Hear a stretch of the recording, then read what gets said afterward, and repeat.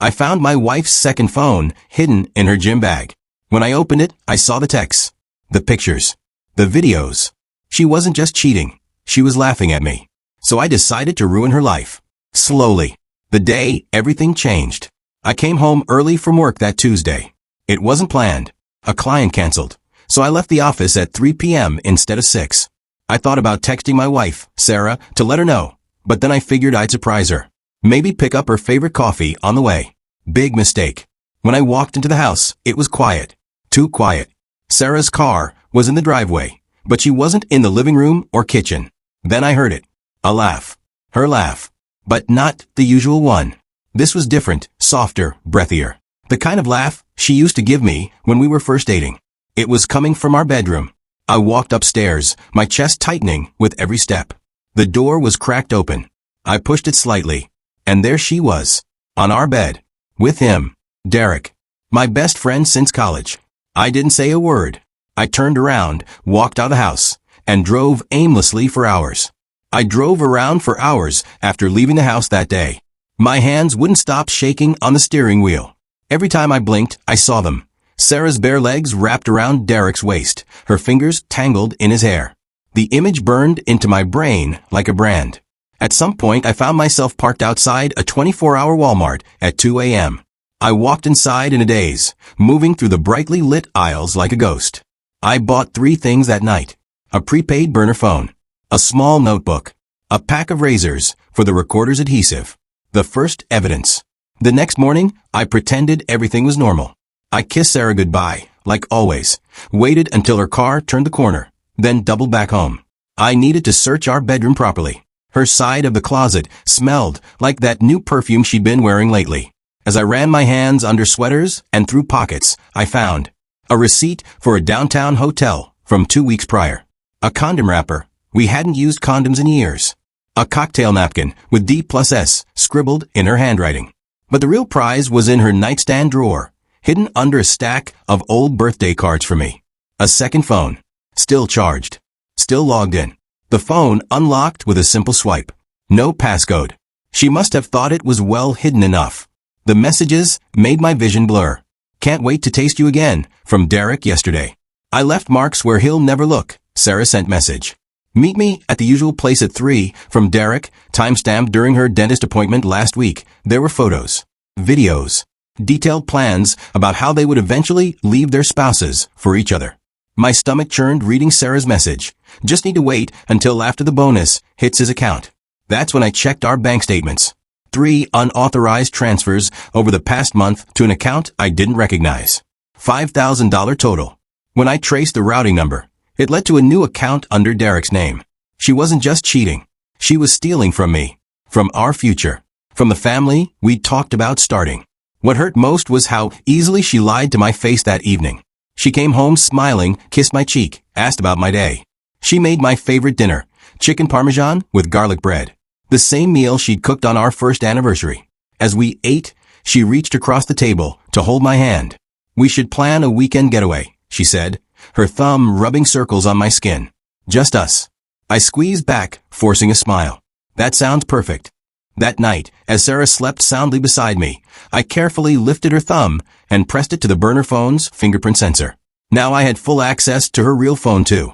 In the bathroom with the shower running, I scrolled through months of deleted messages, hotel confirmations, secret inside jokes, even photos of them in our bed, the same sheets I slept on every night.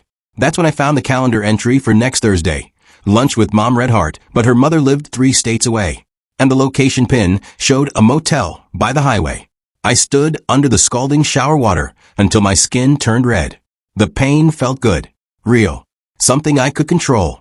As the steam filled the bathroom, I made 3 promises to myself. I would act normal until I had everything I needed. I would document every lie, every stolen dollar, every betrayal. When the time came, I would destroy them both completely. The waiting game. The next morning, I made Sarah coffee just how she liked it. 2 sugars, a splash of almond milk. I kissed her forehead before leaving for work. You're extra sweet lately, she said, smiling up at me. I winked. Just happy. The acting award should have been mine. Because as I walked out that door, all I could think about was the voice recorder now hidden in her car, the keystroke logger installed on her laptop, and the GPS tracker tucked beneath her trunk lining. The hunt for evidence had begun, and I wouldn't stop until I had enough to bury them both. The voice recorder in Sarah's car captured everything. I waited until she left for her yoga class, which, according to the GPS tracker, was actually Derek's apartment, before retrieving the device. My hands were steady as I plugged it into my laptop. The audio was crystal clear. "Do you think he suspects anything?" Sarah's voice, hushed but excited. Derek's laugh. "Are you kidding? The guy still thinks you're working late when you're with me. He's clueless." A pause. Then Sarah, softer. "I feel kind of bad sometimes." "Don't," Derek cut in. "He's just a paycheck to you now. Once we get everything in place, you won't have to pretend anymore." I stopped the recording. Paycheck. That word echoed in my skull. All those years together. Our wedding, the vacations, the quiet nights on the couch. And to her, I was just a paycheck. I took a deep breath. Then I saved the file, labeled it carefully, and backed it up in 3 different places. This was only the beginning. Sarah had been siphoning money from our joint account for months. Small amounts. 200 here, 500 there. Just enough to avoid suspicion. She thought I wouldn't notice. She was wrong. I logged into our bank account and pulled up every transfer, every withdrawal, every shady transaction. Then I cross-referenced them with dates she'd been out with friends or working late. The pattern was obvious. Every time she met Derek, she withdrew cash first. I screenshot everything. Then I made my move. The next morning, I walked into our local branch and asked to speak to the manager. "I believe my wife is being financially manipulated," I said, sliding my phone across the desk with the recordings pulled up. "I need to secure our assets before she drains everything." The manager, a middle-aged woman with sharp eyes, listened to the audio. Her expression tightened. "We can freeze the joint account pending an investigation," she said. "But you'll need to provide documentation." I handed her a flash drive with every piece of evidence I had. "Will this do?" She plugged it in, scrolled, nodded. "I'll process the freeze today." The first test. That evening, Sarah came home in a panic. "My card got declined at the grocery store," she snapped, throwing her purse on the counter. "What's going on?" I looked up from my laptop, feigning confusion. "That's weird. Did you call the bank?" "Yes. They said the account is under review." Her face was flushed, her fingers tapping nervously against her phone. I shrugged. "Must be a mistake. I'll call them tomorrow." She stormed out of the room. I waited until I heard the shower turn on before opening her phone, thanks to the thumbprint I'd stolen. A new text from Derek. "Don't worry, babe. We'll figure it out. Just keep him calm until the transfer goes through." Transfer? I scrolled up, and there it was. A plan to move $20,000 from my personal savings into a new account under Derek's name. Sarah had already forged my signature on the paperwork. They weren't just stealing from me. They were trying to ruin me. I called my lawyer the next morning. "They're going for a big withdrawal," I said. "I need to lock everything down." He sighed. "We can file a fraud claim, but it'll take time. In the meantime, you need to protect yourself." "How?" "Post-nuptial agreement," he said. "If she signs it, she waives all claims to your assets in the event of a divorce." I clenched my jaw. "She'll never sign it." "Then make her." Sarah loved wine. Every Friday, she'd come home from work, pour herself a glass, and unwind. That Friday, I made sure the bottle was already open when she walked in. "Rough day?" I asked, nodding at her heels. She groaned, kicking them off. "The worst." I handed her a glass. "Drink up." 2 glasses in, she was relaxed, laughing. 3 glasses, and she was tipsy, her words slightly slurred. That's when I slid the papers across the table. "Babe, the bank needs both of us to update some forms. Just a signature." She barely glanced at the document before scribbling her name. I poured her a 4th glass. She never noticed the words post-nuptial agreement at the top. Now it was time to isolate her. I started with her best friend, Jessica. We met for coffee the next day. "You need to see something," I said, sliding my phone across the table. Jessica's face went pale as she listened to the recordings. "Oh my God," she whispered. "She's been lying to all of us." I nodded. "Keep it quiet for now. I'm handling it." But I knew Jessica wouldn't stay silent. By Monday, Sarah's entire friend group had sudden plans every time she tried to make one. Perfect. I woke up before dawn, my body humming with purpose. Today was the day. I dressed carefully. Black suit, crisp white shirt, the same outfit I'd worn to our wedding. The irony wasn't lost on me. Sarah was still asleep, curled under the sheets like she hadn't spent last night in Derek's bed. I stood in the doorway, watching her chest rise and fall. This is the last morning you'll ever wake up in this house. I left without a sound. I printed 300 copies of their texts, their photos, their hotel receipts. The clerk raised an eyebrow as the machine spat out page after page. Divorce paperwork, I said flatly. He nodded like he'd seen it before. Next I bought 10 large envelopes, a roll of packing tape, a burner phone with prepaid data. By 9 a.m., I was parked outside Derek's law firm. I slipped the first envelope under the windshield wipers of every car in the partner parking lot. Inside, a screenshot of Derek's texts arranging hotel meetups during work hours. A photo of Sarah in lingerie, timestamped 2 hours before a client meeting. A sticky note. Ask Derek about his billable hours. The receptionist took the last envelope directly to the managing partner. I watched through the glass doors as the man's face darkened. Within minutes, Derek was called into his office. His muffled shout of "what the fuck" was the sweetest sound I'd heard in months. Sarah worked at a boutique marketing firm, small, tight-knit, very image-conscious. I timed my arrival for lunch hour, when the entire office would be gathered in the break room. The receptionist recognized me. Oh, Sarah's husband. She's in a meet. I walked right past her. The conference room doors swung open just as Sarah was mid-presentation. Honey. Her forced smile faltered. What are you? I dumped the stack of papers onto the table. Silence. Then the gasp started as her coworkers picked up the sheets. One in turn actually dropped the photo of Sarah handcuffed to Derek's headboard. This, I said calmly, is why your star employee has been working late so often. Sarah's face went sheet white. This isn't, you can't. Her boss stood slowly. Sarah. HR.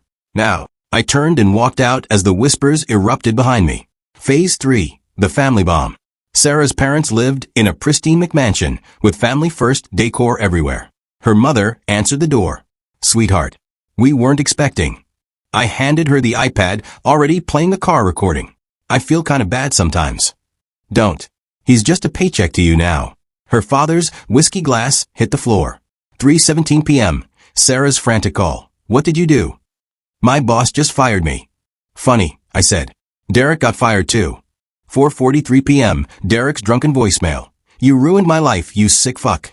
6:22 p.m. Sarah's mother sobbing on our doorstep. How could you humiliate us like this? I closed the door in her face. Now for Derek. The final piece. Derek's wife, Lisa, was sweet. Naive. She deserved to know. I created a fake email account and sent her the recordings. You should hear this. The next morning, Derek showed up at my door, wild-eyed. What the hell did you do? I smiled. Nothing you didn't earn. Lisa filed for divorce that afternoon. The final move. The divorce papers arrived by courier at 8 p.m. Sarah screamed when she saw the attached post-nuptial agreement, the one she'd signed drunk. You tricked me. I sipped my bourbon. No. You just didn't read it. She lunged at me then, nails first. I caught her wrist, mid-swing. Touch me, I whispered, and I pressed charges.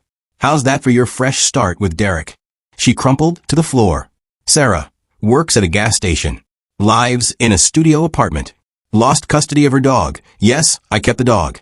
Derek. Disbarred. Living in his parents' basement. Lisa took the kids and the Tesla. 6 months later, the courtroom. The divorce hearing lasted 11 minutes.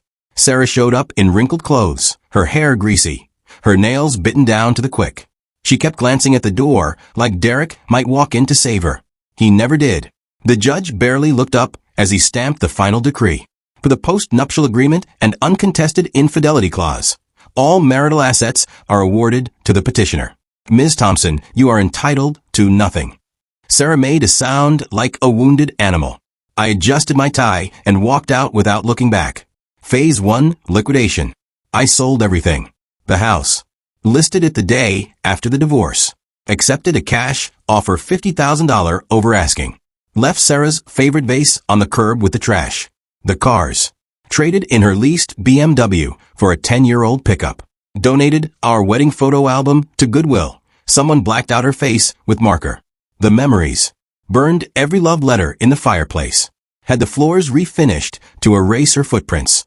My realtor asked why I was smiling during the closing. New beginnings, I said. Her Instagram went from 1,402 followers to 87, mostly bots. Got banned from her gym after altercation with Derek's new girlfriend. Spotted working the night shift at a 24-hour diner. Derek's collapse. Disbarment notice published in the State Journal. Seen delivering pizzas in his old suit. His father publicly disowned him in a country club newsletter. I framed both articles for my new office. I moved to a beachfront town where no one knew my past. The ocean drowned out all noise. My new neighbors assumed I'd always been this peaceful. Bought a house with cash. No mortgage. No shared ownership. Just mine. Sarah tried to contact me once. A drunken voicemail on my birthday. You won, okay? Are you happy now? I deleted it while watching the sunset from my deck. 1 year later, the final twist. A certified letter arrived from Derek's lawyer. Petition for financial assistance due to undue hardship. I laughed so hard I choked on my coffee. Wrote my response on the back in red pen. Ask Sarah. Mailed it to his mom's address. They say living well is the best revenge.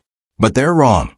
The best revenge is watching the people who destroyed you fade into nothing while you don't spare them a single thought. I wake up to ocean waves now. I sleep through the night. And I never check their social media. Because dead things don't deserve attention.